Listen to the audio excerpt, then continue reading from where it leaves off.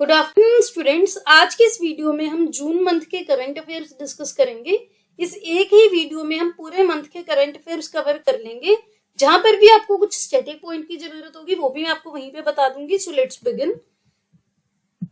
सबसे पहले हम बात करते हैं नेशनल न्यूज की। फर्स्ट न्यूज है, रिसेंटली हमारे माननीय प्रधानमंत्री नरेंद्र मोदी जी इजिप्ट गए थे। वहां पर उनको इजिप्ट के हाईएस्ट स्टेट ऑनर, जिसका नाम है ऑर्डर ऑफ द नाइल, उससे कन्फर किया गया है। इजिप्ट के प्रेसिडेंट का क्या नाम है? अब्देल फतह अल सीसी, जिन्होंने हमारे प्रधानमंत्री जी को ऑर्डर ऑफ द नाइल से कन्फर किया है, जो कि इजिप्ट का हाईएस्ट ऑनर है।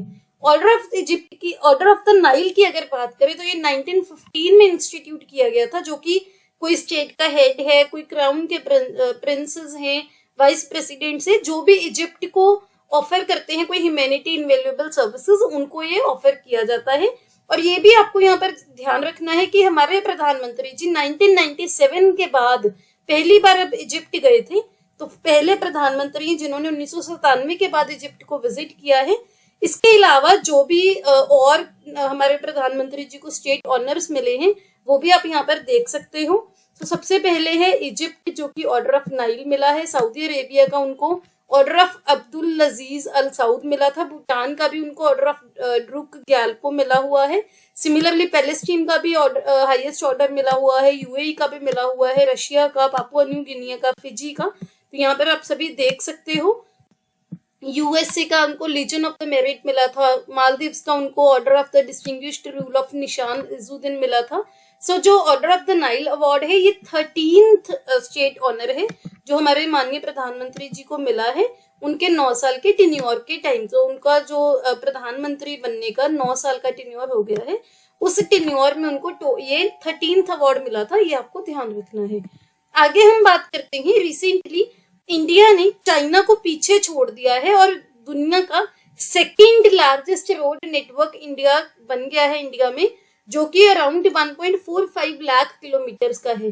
सबसे जो टॉप लार्जेस्ट रोड नेटवर्क है वो है यूएसए का। सेकंड नंबर पर है अब इंडिया, पहले चाइना था, अब इंडिया बन गया है। तो आपको ये पॉइंट ध्यान रखना है। आगे हम बात करते हैं पीएम प्रणाम स्कीम की। सो रिसेंटली एक नई स्कीम अप्रूव की गई है जिसकी फुल फॉर्म क्या है? PM programme for restoration awareness nourishment and amelioration of mother earth. इसका एम क्या है? स्टेट्स को इंसेंटिवाइज किया जाएगा, उनको बढ़ावा दिया जाएगा इंसेंटिव्स देके, अगर वो केमिकल फर्टिलाइजर्स को यूज को कम करेंगे। सो इसमें क्या है, ऑल्टरनेटिव फर्टिलाइजर्स को प्रमोट किया जाएगा और केमिकल फर्टिलाइजर्स के यूज को कम करने का एम किया गया है। तो आपको ये ध्यान में रखना है। इसका जो अभी करंट, इसके साथ साथ अभी जो करंट यूरिया सब्सिडी स्कीम है हमारी गवर्नमेंट की, वो भी मार्च 2025 तक कंटिन्यू करने का डिसीजन लिया गया है कि 3 साल तक, मार्च 2025 तक उसको कंटिन्यू रखेंगे।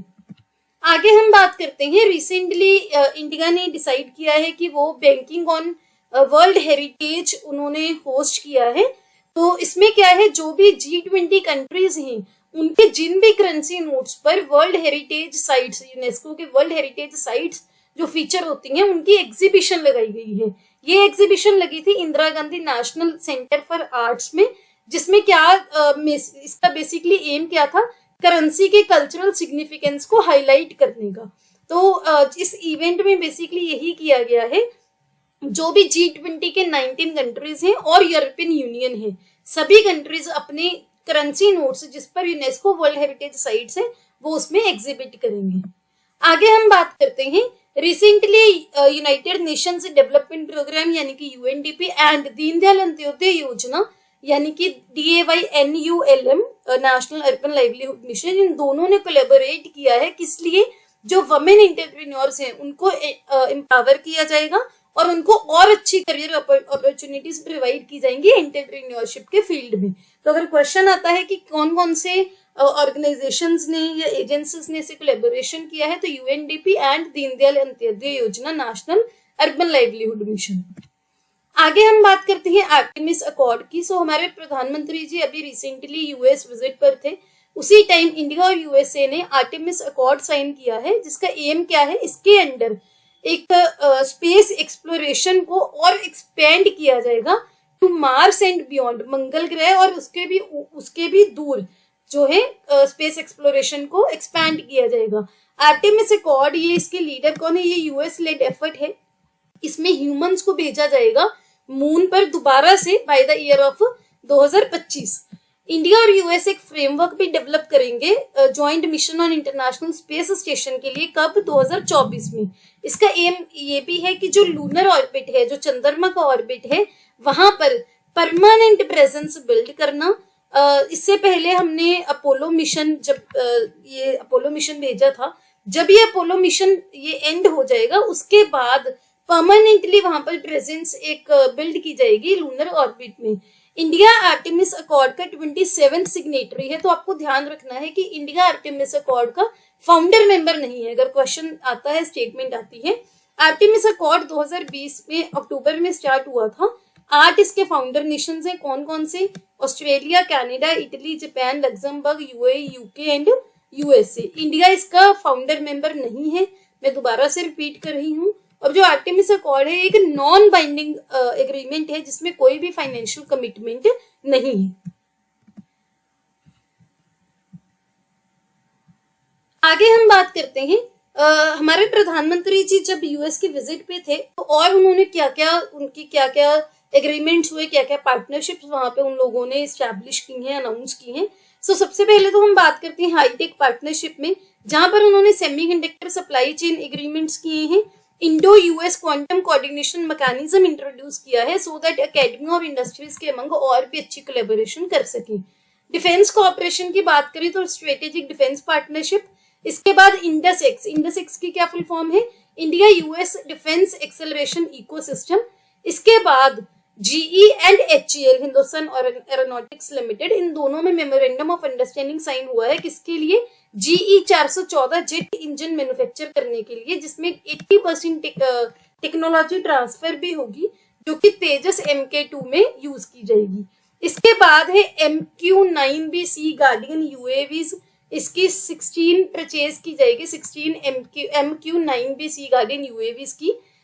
इसके बाद है डिफेंस एक्सेलरेशन इकोसिस्टम के बारे में बात की गई। शिप रिपेयर एग्रीमेंट साइन हुए हैं और इंडिया लाइजन ऑफिसर्स को यूएस कमांड में प्लेस किया जाएगा, इसके बारे में भी एग्रीमेंट साइन हुआ है। स्पेस कोऑपरेशन की बात करें तो अभी जो हमने आर्टेमिस अकॉर्ड साइन किया है वो, और इसके अलावा नासा है वो इंडियन एस्ट्रोनॉट्स को एडवांस ट्रेनिंग प्रोवाइड करेगा, इसके बारे में भी जो एग्रीमेंट साइन हुआ है। ट्रेड एंड कंसुलर इश्यूज की बात करें तो WTO डिस्प्यूट्स की रेजोल्यूशन और मार्केट एक्सेस के बारे में बात हुई है। इसके अलावा इंडिया में 2 नए यूएस कॉन्सुलेट्स स्टैब्लिश किए जाएंगे, एक बेंगलुरु में और एक अहमदाबाद में। और यूएस में इंडिया का कॉन्सुलेट एक स्टैब्लिश किया जाएगा सियाटल में। इसके अलावा जो H1B वीजा नॉर्म्स हैं, बहुत न्यूज में रहते हैं, उसकी भी रिलैक्सेशन के लिए बात की गई है। आगे हम बात करते हैं क्लीन एनर्जी की। सो यूएस और इंडिया ने new and emerging renewable energy technologies action platform की बात की है। इसलिए कॉपरेशन को एक्सेलरेट करने के लिए in the field of green hydrogen and other emerging technologies. US agency for international development ये सपोर्ट करेगी इंडियन रेलवेज को, किस लिए? 2030 तक नेट जीरो कार्बन एमिटर बनने के लिए। तो इंडियन रेलवेज ने एम रखा है 2030 तक नेट जीरो कार्बन एमिटर बनने का, जिसमें यूएस एजेंसी उसको हेल्प करेगी। आगे हम बात करते हैं इंडिया की रिसेंटली जो अनाउंसमेंट हुई है कि इंडिया की पहली हाइड्रोजन पावर्ड ट्रेन है वो चलेगी कहाँ से? हरियाणा के जींद डिस्ट्रिक्ट से। कब चलेगी? 2023 के एंड में। और ऑफिशियल्स ने बताया है कि इस पे काम स्टार्ट हो गया है। जो ट्रेन्स अभी चलती हैं वो किस पे चलती हैं? डीजल और इलेक्ट्रिसिटी में। तो हाइड्रोजन पावर ट्रेन में क्या होगा? पानी से हाइड्रोजन को प्रोड्यूस किया जाएगा और उसको एज अ पावर सोर्स दिया जाएगा ट्रेन्स को, और ये एक इन्वायरमेंटली फ्रेंडली ट्रेन्स होंगी। अभी अगर बात करें तो हाइड्रोजन पावर ट्रेन्स पूरी दुनिया में सिर्फ जर्मनी में चलती हैं, तो आपको ये भी ध्यान रखना है। आगे हम बात करते हैं पहला जो दुनिया का पहला नैनो यूरिया है जो इंडिया में इन्वेंट हुआ था किसी टाइम पे, उसकी एक्सपोर्ट स्टार्ट हो गई है, तो उसको एक्सपोर्ट किया जा रहा है। इसके बारे में क्या इंपॉर्टेंट है? एक तो ये दुनिया का पहला नैनो यूरिया है, दूसरा ये इंडिया में इन्वेंट हुआ था, इंडिया में ही इंडिजीनियसली मैन्युफैक्चर किया गया था। इफ्को ने इसकी एक्सपोर्ट स्टार्ट कर दी है। किसको एक्सपोर्ट करेगा? यूएसए को। तो आपको ध्यान रखना है यूएसए को कौन इसको एक्सपोर्ट कर रहा है? इफ्को। एक एग्रीमेंट साइन हुआ है कि नैनो यूरिया को एक्सपोर्ट किया जाएगा इफ्को के द्वारा। और किस किस के बीच में हुआ है? कैलिफोर्निया की एक एंटरप्राइज है कपूर एंटरप्राइजेस इंक, उन दोनों के बीच में ये एमओयू साइन हुआ है। नैनो यूरिया एक बहुत ही एक रेवोल्यूशनरी इन्वेंशन है जो कि एग्रीकल्चर सेक्टर में एक बहुत अच्छे लेवल पर एडवांसमेंट रेवोल्यूशन लेकर आ सकती है, क्योंकि इसमें एक तो पोटेंशियल है कि वो स्टोरेज स्पेस को भी कम कर सकता है और पैसे की सेविंग है वो भी बहुत अच्छे लेवल पर कर सकता है कंपैरेटिवली जो अभी करंटली जो भी चीजें प्रैक्टिस में है। आगे हम बात करते हैं, रिसेंटली मिनिस्टर ऑफ कल्चर ने केनरा बैंक के साथ एक मेमोरेंडम ऑफ अंडरस्टैंडिंग साइन किया है। किसके लिए? जो वेटरन आर्टिस्ट हैं उनको फाइनेंशियल असिस्टेंस प्रोवाइड करने के लिए। ये जो एमओयू है किस स्कीम के अंडर हुआ है? Scheme for financial assistance for veteran artist. Ministry of culture ने एक स्कीम एडमिनिस्टर की थी जिसमें वो 6,000 रुपए पर मंथ आर्टिस्ट को प्रोवाइड करेंगे और स्कॉलर्स को जिनकी एज कितनी है? 60 साल से ऊपर है। तो आपको ये ध्यान रखने हैं सभी की पॉइंट्स। आगे है रिसेंटली राजस्थान के दौसा में प्रधानमंत्री नेत्र वंदना योजना को गोद भराई की तरह सेलिब्रेट किया जाता है। ये न्यूज में देखा गया। गोद भराई क्या होती है? Baby shower ceremony. तो यहाँ पे आपको प्रधानमंत्री नेत्र वंदना योजना के बारे में कुछ इंपॉर्टेंट पॉइंट्स देखने हैं। एक तो ये कि ये 1 जनवरी 2017 में as a centrally sponsored scheme launch हुई थी।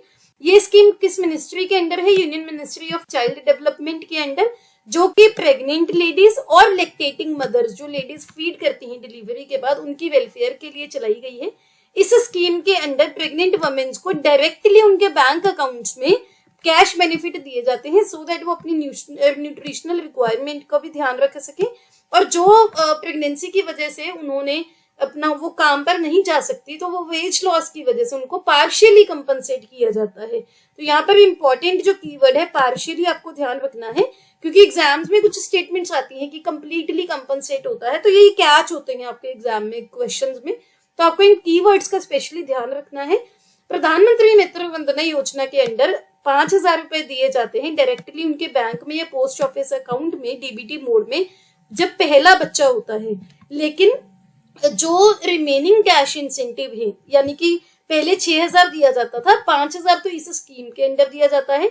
जो 1,000 रुपए बच जाता है वो कौन सी स्कीम के अंडर उनको दिया जाता है? जननी सुरक्षा योजना के अंडर, जब उनकी इंस्टीट्यूशनल डिलीवरी होती है, यानी कि जब वो बेबी डिलीवर करते हैं किसी हॉस्पिटल में या प्राइमरी हेल्थ सेंटर में, इंस्टीट्यूशनल डिलीवरी होनी चाहिए।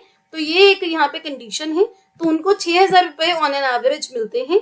ये 6,000 रुपए जो कैश इंसेंटिव है वो उनको भी दिया जाता है जिनका अगर सेकंड बेबी होता है, लेकिन कंडीशन क्या है कि जो सेकंड बेबी है वो गर्ल होनी चाहिए। तो 1 अप्रैल 2022 से ये भी एक नई चीज एडिशन की गई थी। वैसे तो पहले तो ये एक बच्चे के टाइम में मिलता था, लेकिन अगर सेकंड बेबी होता है और वो गर्ल चाइल्ड होती है तो भी ये जो 6,000 रुपए दिए जाते हैं जो भी प्रेग्नेंट लेडी या लैक्टेटिंग वुमेन होती है गर्ल चाइल्ड होने के बाद। आगे हम बात करते हैं, रिसेंटली इंडियन नेवी ने 130th एनिवर्सरी कमेमोरेट की है। किसकी? महात्मा गांधी जी के सत्याग्रह की। कहाँ पर? साउथ अफ्रीका के डरबन पोर्ट पे। तो इसमें हमारी जो इंडियन नेवल शिप थी त्रिशूल, उसने पार्टिसिपेट किया था। ये 130th एनिवर्सरी थी महात्मा गांधी के सत्याग्रह की, जो कि साउथ अफ्रीका के डरबन पोर्ट में हुआ था। आपको पता होना चाहिए कि ये इवेंट हुआ था 7 जून 1893 को। वहां पर जो पिट्समेरिट्सबर्ग रेलवे स्टेशन था, जहां पर ट्रेन में से महात्मा गांधी जी को रेशियल डिस्क्रिमिनेशन की बिहाफ पर निकाल दिया गया था। तो इसी के बाद उनका जो सत्याग्रह उन्होंने स्टार्ट किया था, इसी की 130th एनिवर्सरी अभी स्टार्ट हुई है। कौन सी नेवल शिप ने पार्टिसिपेट किया ये भी आपको ध्यान रखना है। आगे हम बात करते हैं, रिसेंटली वर्ल्ड हेल्थ ऑर्गेनाइजेशन के हेडक्वार्टर्स जो कि जिनेवा में है, वहां पर 4th annual health for all film festival हुआ है। वहां पर साउथ एशिया रीजन की 2 फिल्म्स को अवार्ड मिले हैं। एक तो है 1 in 36 million story of childhood lead poisoning in Bangladesh, इसको मिला है better health and wellbeing category में। सेकंड जो अवार्ड है वो आपके लिए क्यों इंपॉर्टेंट है? क्योंकि वो इंडिया की एक फिल्म को मिला है जिसका नाम है when climate change turns violent. ये फिल्म किसकी है? वंदिता सारिया जी की, जिनको स्पेशल प्राइज मिला था under the climate change and health category. तो आपको ये ध्यान रखना है। आगे बात करते हैं अमृत जनरेशन कैंपेन की, जो कि ministry of women and child development ने लॉन्च किया है। मीटा के साथ मिलकर। इसका एम क्या था, जो इंडिया का यूथ है उसको एम्पावर करना और उसको एंगेज करना, इन्वॉल्व करना। कैसे, उनको एक प्लेटफॉर्म प्रोवाइड किया जाएगा जिसपे वो अपने ड्रीम्स, अपनी एस्पिरेशंस, वो फ्यूचर में क्या करना चाहते हैं वहां पर एक्सप्रेस कर पाएंगे। तो यही इसका एम था। आगे हम बात करते हैं इंडिया में 2023 में मिस वर्ल्ड 2023 पीजेंट होगा, लेकिन ये इंडिया में 27 साल के बाद हो रहा है, इसी वजह से ये इम्पोर्टेंट है। इंडिया का ये जो मिस वर्ल्ड पेजेंट है ये 71st एडिशन होगा, जो कि अराउंड 3 दशक के बाद इंडिया में हो रहा है। इंडिया में इस इवेंट में कौन रिप्रेजेंट करेगा इंडिया को, सिनी शेट्टी, जो कि मिस इंडिया वर्ल्ड 2022 रह चुकी हैं। आगे बात करते हैं आकाश तीर की। सो आर्मी एयर डिफेंस में और ज्यादा एडिशंस हुई हैं आकाश तीर की। आकाश तीर बेसिकली क्या है, जो आर्मी, इंडियन आर्मी के बैटल एरियाज होंगे, जो वहां पर जो उनके बैटल एरियाज होते हैं उनके ऊपर लो लेवल एयर स्पेस में मॉनिटरिंग प्रोवाइड करना, so that ground based air defence weapon systems को वो और अच्छे से कंट्रोल कर पाए। तो आपको ये पॉइंट्स ध्यान रखने हैं। आगे है एडिक्शन फ्री अमृतकाल, जो कि national commission for protection of child rights ने लॉन्च किया है, जिसका एम क्या है, इंडिया को tobacco and drug free nation बनाने का, स्पेशली अमंग द चिल्ड्रन। तो ये इसका एम था कि बच्चों में अवेयरनेस क्रिएट करनी, हेल्थियर लाइफस्टाइल को प्रमोट करना और उनको टोबैको और ड्रग एडिक्शन से बचाना, उनको ड्रग और एडिक्शन से बचाने का काम करना है। ये इसका मेन एम है। आगे हम बात करते हैं टेक्टिकल लैन रेडियो की, जिसकी प्रोक्योरमेंट कौन करेगा, इंडियन आर्मी। इंडियन आर्मी ने बेंगलुरु बेस्ड कंपनी मेसराइज एस्ट्रॉम टेक प्राइवेट लिमिटेड के साथ ये एग्रीमेंट साइन किया है। इसके अंडर वो टेक्टिकल लैन रेडियो इंडिजीनियसली डेवलप करेंगे। इंडिजीनियसली मतलब इंडिया में ही। टेक्टिकल लैन रेडियो की अगर बात करें तो ये state of the art high bandwidth backhaul wireless radio equipment है, जो कि कम्युनिकेशन को और अच्छे से प्रोवाइड करेगा। इसका एक और फीचर इंपॉर्टेंट है कि इसकी एम्बेडेड फ्रीक्वेंसी होपिंग मैकेनिज्म है इसमें, जो कि सिक्योर कम्युनिकेशन चैनल को प्रोवाइड करता है, यानी कि इंफॉर्मेशन वगैरह लीक होने से बचाता है। आगे बात करते हैं, रिसेंटली सिडबी ने नीति आयोग के साथ मिलकर इवॉल्व मिशन लॉन्च किया है। तो इवॉल्व मिशन की क्या फुल फॉर्म क्या है, electric vehicle operations and landing for vibrant ecosystem. तो आपको फुल फॉर्म से समझ आ गया होगा कि ये इलेक्ट्रिक व्हीकल को प्रमोट करने के लिए है। ये जो मिशन है ये NITI Aayog, world bank, Korean world bank, Korean economic development cooperation fund, इन सभी ने कोलैबोरेट करके लॉन्च किया है। मेन ऑब्जेक्टिव क्या है, जो एमएसएमईज हैं, micro small and medium enterprises, electric vehicle sector में उसको फाइनेंशियल असिस्टेंस प्रोवाइड करना, so that sustainable transport solutions को प्रमोट किया जा सके इंडिया में। आगे हम बात करते हैं, दुनिया का सेकंड लार्जेस्ट प्रोड्यूसर बन गया है क्रूड स्टील का, कौन, इंडिया। तो यहाँ पर आपको कीवर्ड्स क्या याद रखने हैं, एक तो क्रूड स्टील, दूसरा सेकंड लार्जेस्ट प्रोड्यूसर बना है। तो union minister of steel and civil aviation ने ये अनाउंसमेंट की है कि इंडिया पहले जो 4th लार्जेस्ट प्रोड्यूसर था क्रूड स्टील का, अब वो सेकंड लार्जेस्ट प्रोड्यूसर बन गया है। इंडिया में 2014 से अब तक 42% इंक्रीज हुआ है क्रूड स्टील प्रोडक्शन में। और लार्जेस्ट एक्सपोर्टर की अगर बात करें, सबसे ज्यादा एक्सपोर्ट कौन करता है, वो करता है चाइना। पूरे ग्लोब लेवल पर क्रूड स्टील को वो करता है चाइना। तो लार्जेस्ट एक्सपोर्टर कौन है और वर्ल्ड का सेकंड लार्जेस्ट प्रोड्यूसर कौन है, दोनों अलग अलग चीजें हैं, इसमें आपको कंफ्यूज नहीं होना। आगे बात करते हैं गोबर्धन पोर्टल की, जो कि रिसेंटली जल शक्ति मिनिस्ट्री ने लॉन्च किया है। इसका एम क्या है कि जो भी बायोगैस और सीपीजी सेक्टर में इन्वेस्टमेंट होती है, पार्टिसिपेशन होती है, वो पूरे इंडिया के लेवल पर, पैन इंडिया लेवल पर असेस करने के लिए एक वन स्टॉप रिपोजिटरी प्रोवाइड करना, सो दैट जो सीबीजी और बायोगैस प्लांट को सेटअप करने का प्रोसेस है उसको स्ट्रीमलाइन कर सके। गोबर्धन की अगर बात करें तो इसकी क्या फुल फॉर्म है, galvanising organic bio agro resource धन। इसका एम क्या है, जो केटल डंग होता है, एग्रीकल्चर रेजिड्यू होता है और जो और ऑर्गेनिक वेस्ट होता है उसको कन्वर्ट करना है बायोगैस में, सीबीजी में और बायो फर्टिलाइजर्स में। और इसकी नोडल मिनिस्ट्री कौन सी है, department of drinking water and sanitation, जो कि मिनिस्ट्री ऑफ जल शक्ति में आता है। आगे बात करते हैं समर्थ अभियान की, जो कि हमारे यूनियन मिनिस्टर गिरिराज सिंह जी ने लॉन्च किया था। इसका एम क्या था, जो ग्राम पंचायत है उस लेवल तक, यानी कि बिल्कुल ग्रास रूट लेवल पर डिजिटल ट्रांजेक्शन्स को प्रमोट करना। इस कैंपेन में वुमेन को भी एम्पावर किया जाएगा और जो गांव के एरियाज है वहां पर डिजिटल ट्रांजेक्शन्स प्रमोट की जाएंगी। ये जो इनिशिएटिव है ये मिनिस्ट्री ऑफ रूरल डेवलपमेंट का है, जिसमें 50,000 ग्राम पंचायत का एक टारगेट रखा गया है। ये कैंपेन 1 फरवरी 2023 को स्टार्ट हुआ था, जो कि 15 अगस्त 2023 तक चलेगा। आगे बात करते हैं, इंडिया ने recently centralised laboratory network join किया है, जो कि जिसमें 15 पार्टनर फैसिलिटीज हैं 13 देशों में, जिसका काम क्या है, अगर कोई एपिडेमिक डिजीज का आउटब्रेक होता है, कोई पेंडेमिक आता है, जैसे अभी कोविड का पेंडेमिक आया था 2020 में इतना ज्यादा जिसने पूरे दुनिया को अफेक्ट किया, ऐसे अगर पेंडेमिक्स आते हैं तो उस टाइम पे यूज करने के लिए पहले ही वैक्सीन बनाए जाए, वैक्सीन को टेस्ट किया जाए। CLN की अगर बात करें, सेंट्रलाइज्ड लेबोरेटरी नेटवर्क की, तो ये Coalition for Epidemic Preparedness Innovation का पार्ट है और ये नेटवर्क लार्जेस्ट ग्लोबल ग्रुप है जिसकी सेंट्रलाइज्ड जिसमें मेथड्स और मटेरियल यूज किए जाएंगे टेस्टिंग के लिए। तो इसका एक और एम भी है कि जो भी वैक्सीन प्रोड्यूसिंग नेशंस हैं जो कि बोलते हैं कि हम बहुत रैपिडली प्रोवाइड कर लेंगे या एक्यूरेटली प्रोवाइड कर देंगे जब भी कोई इन्फेक्शियस डिजीज का आउटब्रेक होगा, उनको आइडेंटिफाई करना और उनको हेल्प करना सो दैट वो sustainable regional outbreak preparedness infrastructure में हेल्प कर सके। आगे बात करते हैं, इंडिया में दुनिया का सबसे बड़ा लार्जेस्ट ग्रेन स्टोरेज प्लान चल रहा है, जिसमें अभी के लिए सेंटर 10 डिस्ट्रिक्ट्स में पायलट प्रोजेक्ट इंप्लीमेंट करेगा।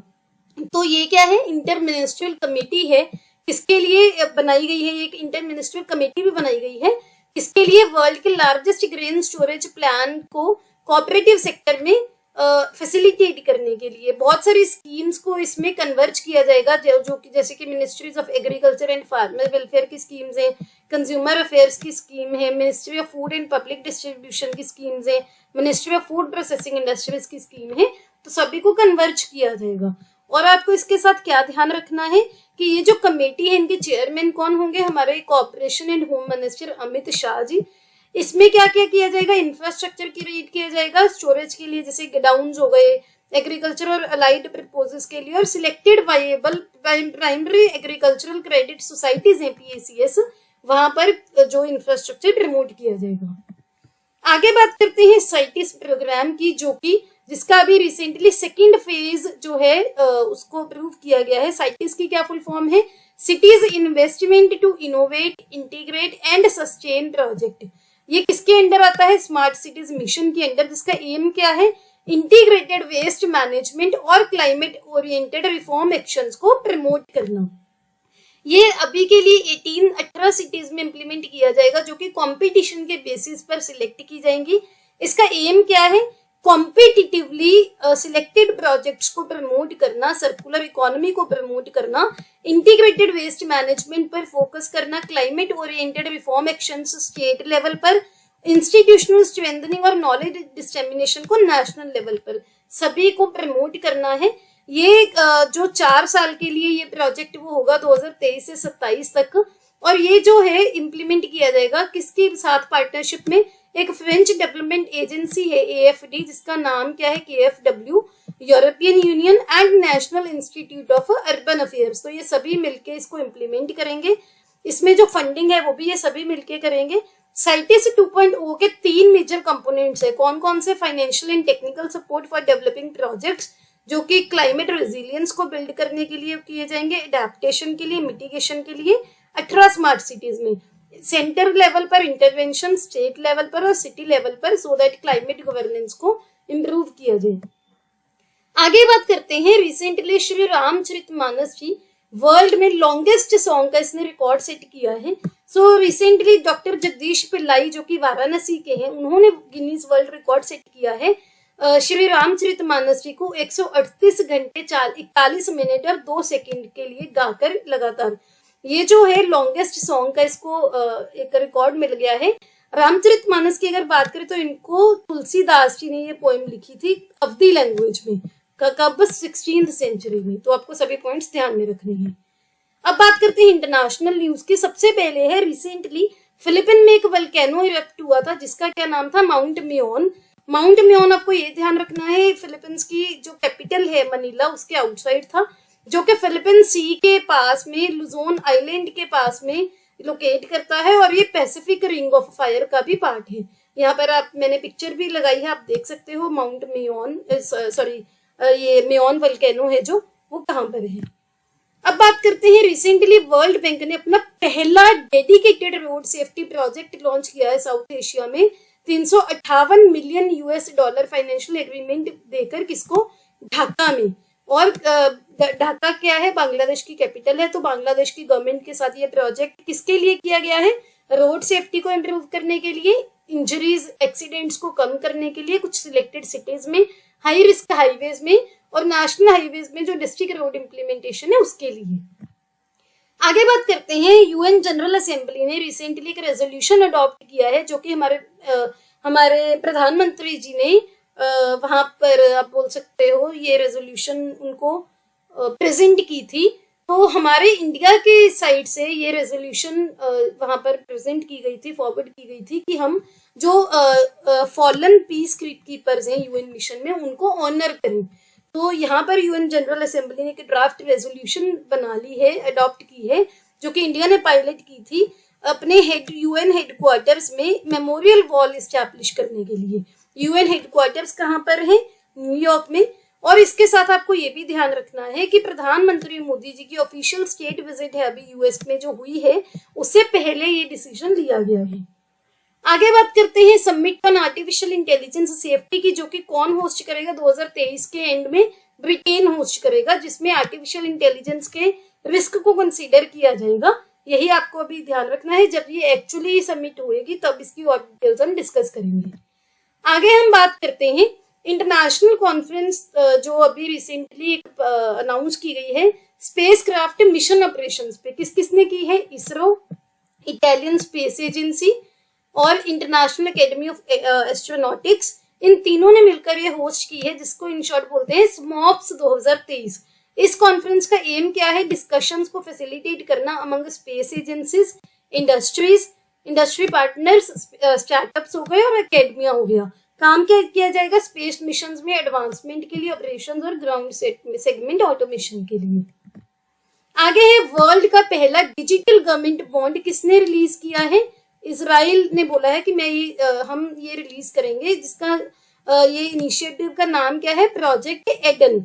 इसमें वो डिजिटल पेमेंट टोकन भी एक इंट्रोड्यूस करेंगे जो कि इस सेटलमेंट प्रोसेस के फंडामेंटल कंपोनेंट का काम करेगा। गवर्नमेंट बॉन्ड क्या होता है कि एक डेट बेस्ड इन्वेस्टमेंट होती है जहां पर हम गवर्नमेंट को पैसा देते हैं सो दैट वो गवर्नमेंट हमें एक टाइम के बाद एक एग्रीड रेट ऑफ इंटरेस्ट पर वो पैसा हमें वापस कर देगी।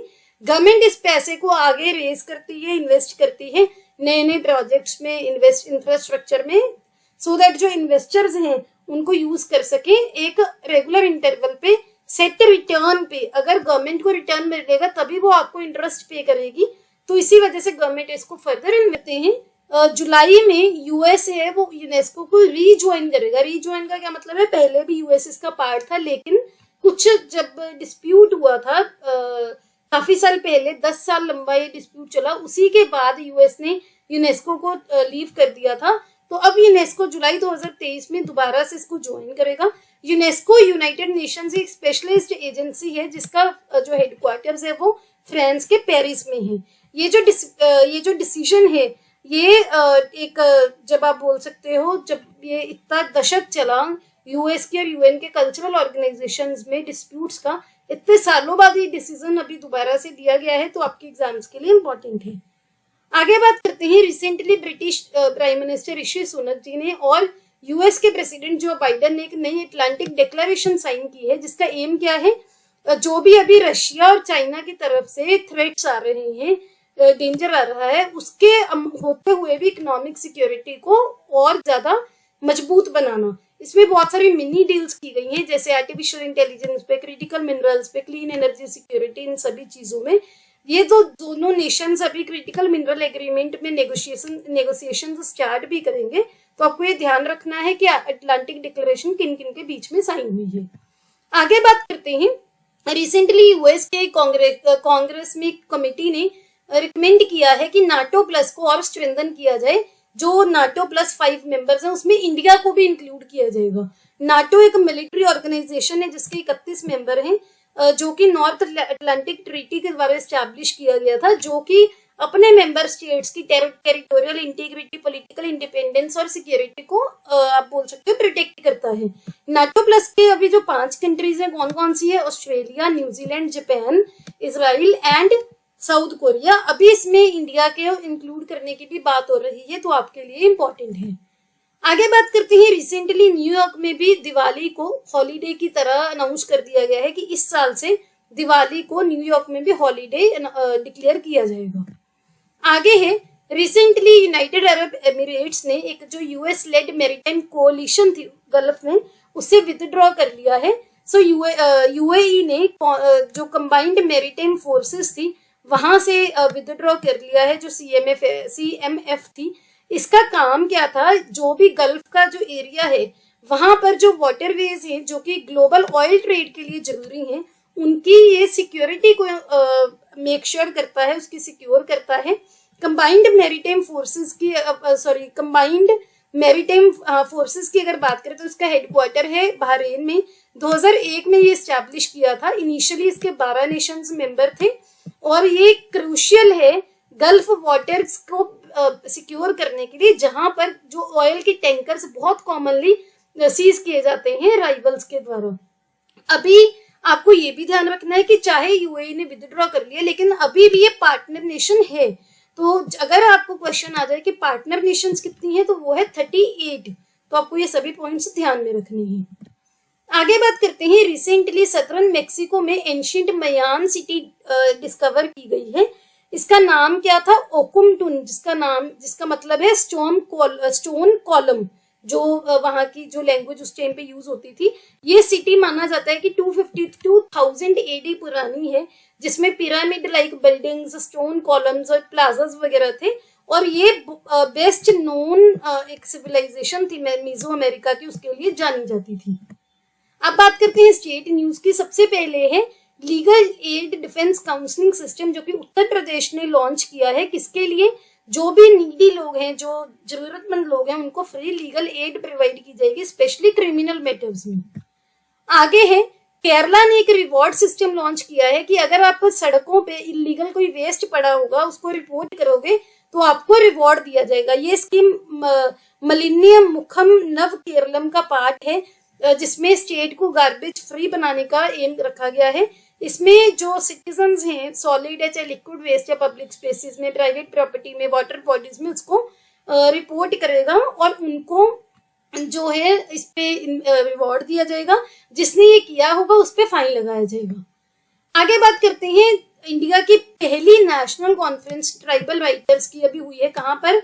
जम्मू एंड कश्मीर में, जिसमें जो ट्राइबल्स क्या होते हैं, कबीले के जो लोग होते हैं, बहुत सारी अलग अलग ट्राइब्स के जो आर्टिस्ट थे उन्होंने पार्टिसिपेट किया, जो कि जम्मू यूनिवर्सिटी के बंदरवा कैंपस में ऑर्गेनाइज की गई, जिसमें 37 आदिवासी राइटर्स, पोएट्स, कल्चरल एक्सपर्ट्स इन लोगों ने इसमें पार्टिसिपेट किया। कौन कौन सी मेन ट्राइब्स थे? संथाली, गोंडी, हो, गुंडारी, कोया, बंजारा ट्राइब, खारिया ट्राइब, मुंडा ट्राइब, इन सभी ने इसमें पार्टिसिपेट किया था। आगे बात करते हैं, मुंबई में जो अभी वर्सोवा बांद्रा सी लिंक पे काम हो रहा है, महाराष्ट्र की गवर्नमेंट ने अनाउंस किया है कि उसका नाम वीर सावरकर सेतु रखा जाएगा। पहले जो इसको वर्सोवा बांद्रा सी लिंक के नाम से जाना जा रहा था, अब इसका नाम वीर सावरकर सेतु रखा जाएगा।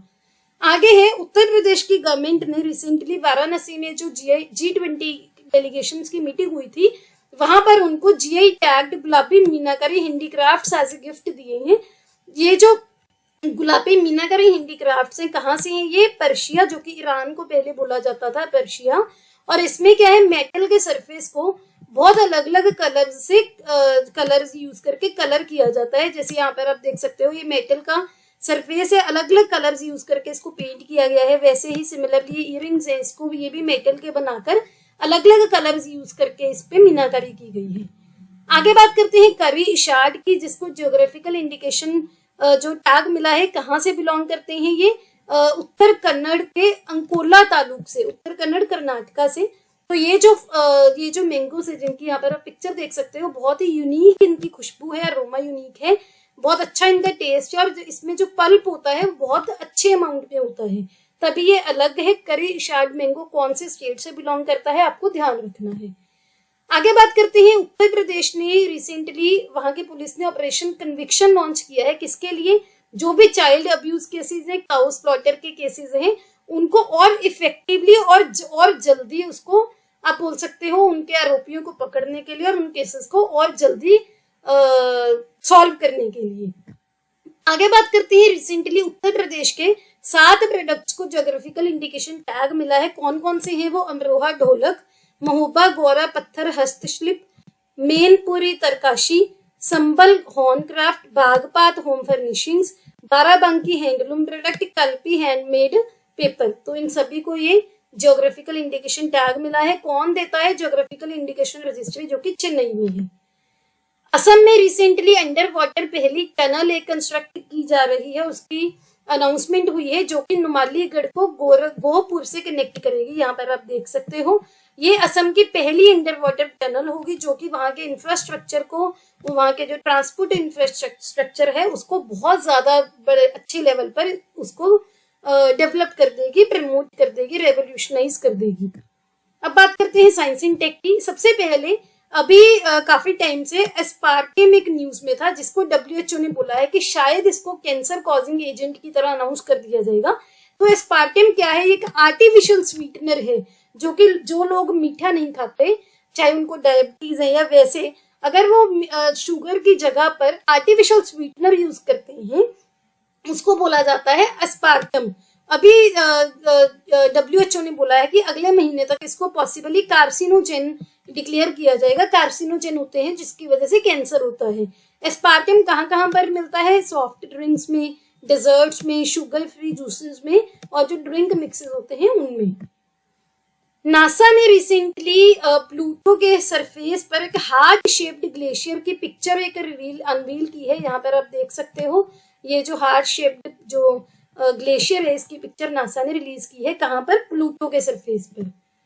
आगे बात करते हैं, अभी चंद्रयान 3 जो मिशन है, जो मिड जुलाई में लॉन्च होगा, उसके लिए गवर्नमेंट ने, जो इसरो ने बोला है कि जो चंद्रयान 2 में हमने रोवर और जो लैंडर यूज किए थे, विक्रम और प्रज्ञान, इसमें भी जो लैंडर और रोवर यूज होंगे उनका नाम भी विक्रम और प्रज्ञान रखा जाएगा। इससे पहले चंद्रयान 1 और 2 गए थे इंडिया की साइड से। ये लूनर मिशन है जो कि चंद्रमा पर जाते हैं। यहाँ पर आपको और क्या ध्यान रखना है कि जो चंद्रयान 3 मिशन है, इसका जो रोवर होगा ये 6 व्हील्ड होगा, जिसमें 2 पेलोड्स होंगे, alpha particle xray spectrometer and laser induced breakdown spectrometer. इसके अलावा एक और पेलोड होगा प्रपल्शन मॉड्यूल में, किसके? क्या नाम है? Spectro polarimeter of habitable planet earth, जिसको इन शॉर्ट शेप बोला जाता है। तो आपको ये ध्यान रखना है, जब भी ये लॉन्च होगा इसकी और डिटेल्स हम तब डिस्कस करेंगे। आगे बात करते हैं, माइक्रोसॉफ्ट ने एक नई generative artificial intelligence driven chatbot launch किया था, जिसका नाम क्या है? जुगलबंदी। तो जुगलबंदी का काम क्या होगा? जो भी गांव के लोग हैं, जो गांव, इंडिया में गांव के लोग हैं, किसान हैं, उनको हेल्प करने के लिए एक व्हाट्सएप मैसेजिंग सर्विस प्रोवाइड करेगा, सो दैट गवर्नमेंट स्कीम्स पे उनको इन्फॉर्मेशन मिल सके अलग अलग लैंग्वेजेस में। अभी के लिए जो इंडिया के 22 ऑफिशियल लैंग्वेजेस हैं, उसमें से 10 लैंग्वेज में काम कर रहा है। धीरे धीरे लैंग्वेज और बढ़ा दी जाएंगी। आगे बात करते हैं एक्सपोसैट की, जिसकी फुल फॉर्म है एक्सरे पोलरीमीटर सैटेलाइट मिशन, जो कि इसरो और RRI बेंगलुरु का, इन दोनों ने कोलैबोरेट करके ये काम करेंगे। इसका एम क्या है? एक्सरे पोलरीमीटर सैटेलाइट को लॉन्च करना। किसके लिए? जो सेलेस्टियल सोर्सेज है, स्पेस में जो सोर्सेज हैं, वो जो एक्सरेज को एमिट करते हैं, उनके पोलराइजेशन को स्टडी करना। एक्सपोसैट इंडिया का पहला और दुनिया का दूसरा पोलरीमीटर मिशन है, तो आपको ध्यान रखना है। आगे बात करते हैं, रिसेंटली 3 स्टेट्स ने ट्रांसजेनिक कॉटन को ओपन फील्ड में टेस्ट करने के लिए मना किया था, तो ये न्यूज में था। जेनेटिक इंजीनियरिंग ऑपरेशन कमेटी ने 3 स्टेट्स, कौन कौन सी? गुजरात, महाराष्ट्र और तेलंगाना को बोला था कि आप ओपन फील्ड में इसको टेस्ट करो ट्रांसजेनिक कॉटन को। जो कि कॉटन को रेजिस्टेंट बनाएगी पिंक बॉलवर्म से, जिसमें ट्राई2AI जो जीन होगा, ये एक Hyderabad based bio seed research India ने ये डेवलप किया है। ये जो सीड था इसकी प्रिलिमिनरी जो टेस्टिंग थी हो गई थी, अभी इसको ओपन फील्ड में टेस्ट करने के लिए जो GEAC ने बोला था। अगर बात करें इंडिया में जो ट्रांसजेनिक कॉटन है, ये अकेली ऐसी GM क्रॉप है जो अप्रूव्ड है और कल्टीवेट की जाती है इंडिया के खेतों में। ट्रांसजेनिक कॉटन या GM कॉटन की अगर बात करें, क्या नाम है जो अप्रूव्ड है, ऑलरेडी यूज में है, BT कॉटन। ये किसने डेवलप की थी? US की जाइंट है बायर मोन्सेंटो ने, जिसमें Cry1AB और Cry2BC ये 2 जीन को इंसर्ट किया जाता था। कहाँ से? बैसिलस थुरिनजेनेसिस सॉइल बैक्टीरियम से कॉटन के सीड्स में। अब बात करते हैं इन्वायरमेंट न्यूज की। सबसे पहले तो दुबई ने गोल बनाया है कि 2050 तक वो zero emission public transport develop करेगा, कि वहां का जो पब्लिक ट्रांसपोर्ट होगा वो जीरो एमिशन पब्लिक ट्रांसपोर्ट होगा। कब तक? 2050 तक, सो दैट वो क्लाइमेट चेंज मिटिगेशन में कंट्रीब्यूट कर सके, कार्बन फुटप्रिंट को कम कर सके। 3 क्रिटिकल एरियाज में कौन कौन से? Public transportation, building and facilities and waste management. आपको पता होना चाहिए कि अभी जो COP28 है वो भी UAE में होने वाली है, तो इसी के साथ अलाइनमेंट में ही ऐसा मूव अनाउंस किया गया है। आगे बात करते हैं COP28 में जो एडवाइजरी कमेटी बनेगी, उसमें हमारे जो इंडिया के रिलायंस के चेयरमैन है मुकेश अंबानी जी, उनको भी नाम दिया गया है, उनको भी इंक्लूड किया गया है। वो भी 28th सेशन में एडवाइजरी कमेटी का पार्ट बनेंगे। ये जो पैनल है ये एक्शंस को, कोलैबोरेटिव जो एक्शंस हैं उनको इंस्पायर करेगा, adaptation, mitigation, damage, food, nature waste solution हर फील्ड में। जो ये 28th COP कब होगी? नवंबर 30 से लेकर 12 दिसंबर 2023 तक। आगे बात करते हैं, दुनिया का पहला और अकेला ऑल व्हाइट पेंडा था, वो चाइना के वुलूंग नेचर रिजर्व में कैप्चर कर दिया है। यहाँ पर आप उनकी पिक्चर भी देख सकते हो। आगे बात करते हैं रिपोर्ट्स एंड इंडेक्सेस की। सबसे पहले है वर्ल्ड एनर्जी ट्रांजिशन इंडेक्स, जो कि वर्ल्ड इकोनॉमिक फोरम रिलीज करती है। इसमें इंडिया का रैंक कितना है? 67th, जो कि पहले से 20 पॉइंट इंक्रीज हुआ है, इम्प्रूव हुआ है। पहले इंडिया की पोजीशन थी 87th, अब हो गई है 67th।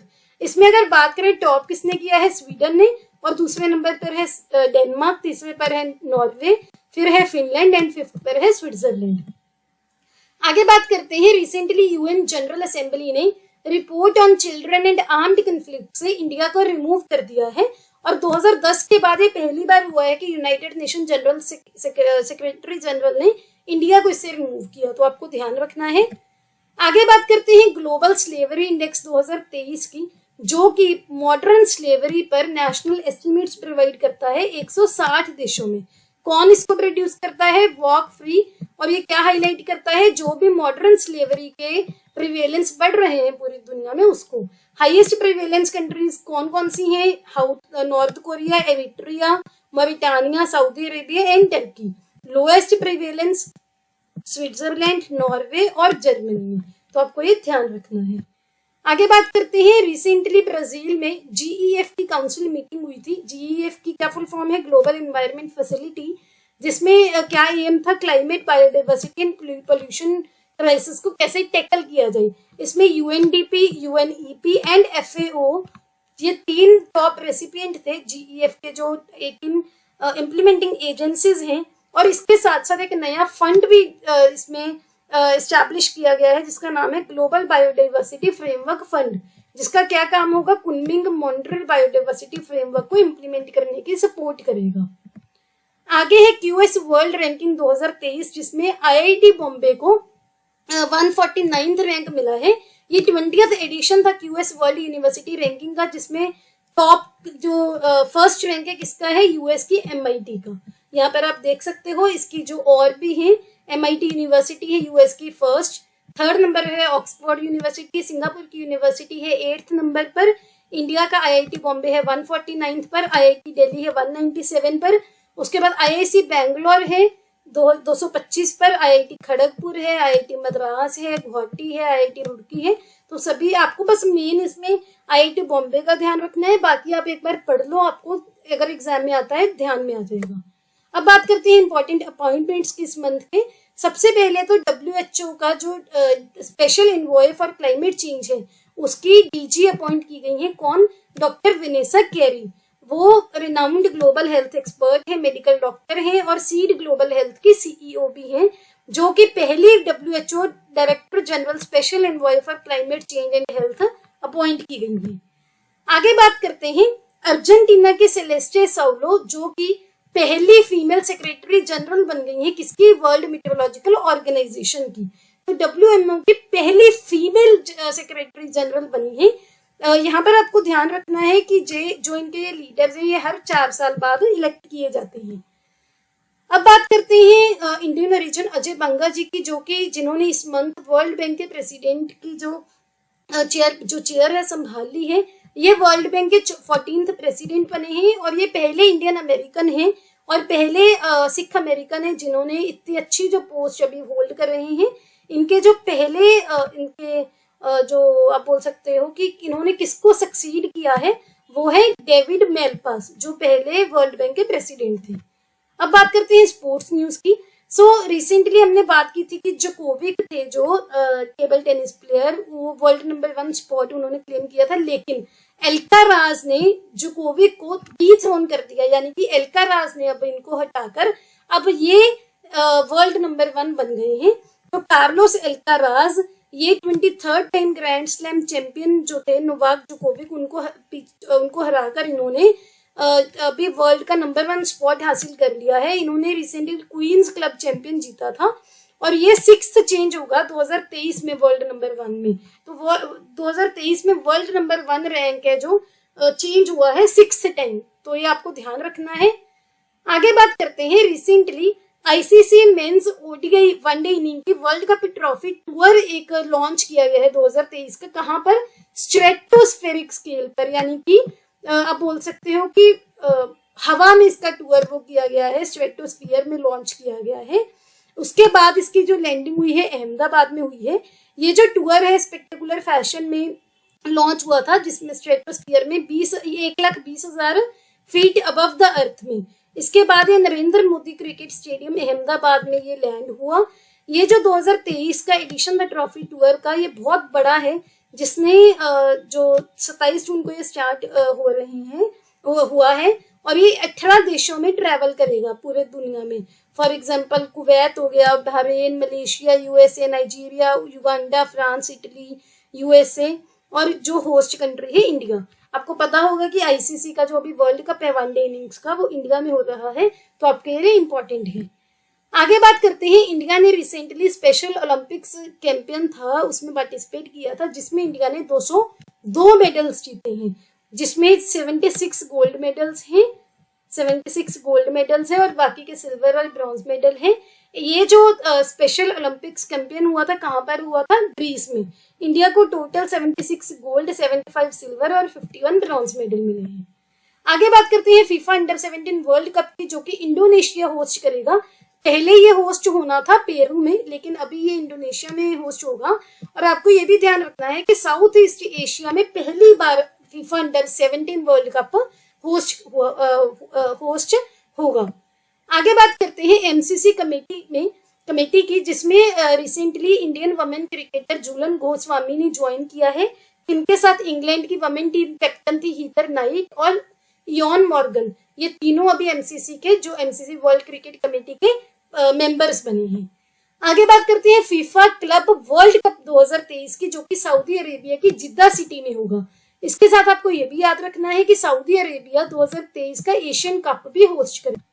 आगे हम बात करते हैं दीक्षा डगर की, जो कि इंडिया की गोल्फ प्लेयर हैं, जिन्होंने record second ladies European tour event title जीत लिया है। ये सेकंड वमेन है अदिति अशोक के बाद, सेकंड वमेन है जिन्होंने ये इवेंट है जो जीता है। अदिति अशोक के बाद only other Indian women golfer हैं जिन्होंने 2 या 2 से ज्यादा एलईटी टाइटल्स जीते हैं, तो आपको ध्यान रखना है।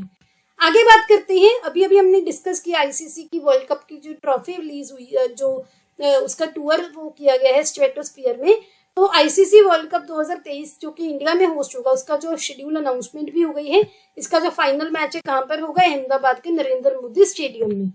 नेक्स्ट है अभी यूके इंडिया अवार्ड्स में मैरी कॉम जो कि इंडिया की बॉक्सिंग चैंपियन है, उनको ग्लोबल इंडियन आइकन का अवार्ड दिया गया है, जो कि साउथ ईस्टर्न इंग्लैंड के विंडसर में हुआ था, तो आपको ध्यान रखना है।